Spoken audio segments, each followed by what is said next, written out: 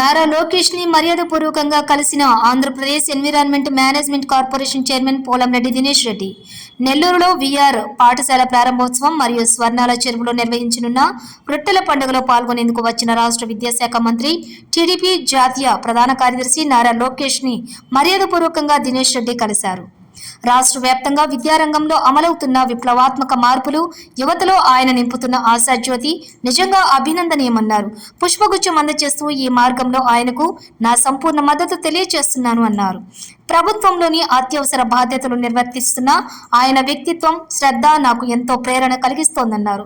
ఈ సందర్భంగా తంబళ్లపల్లి నియోజకవర్గం బాధ్యతను అప్పగించడాన్ని గుర్తు చేసిన లోకేష్ ఆ నియోజకవర్గంలో పార్టీ బలపడేలా కష్టపడుతున్న కార్యకర్తలకు సంపూర్ణ మద్దతుగా నిలబడాలని, ప్రతి సమస్యపై చొరవ తీసుకుని పనిచేయాలని సూచించారు.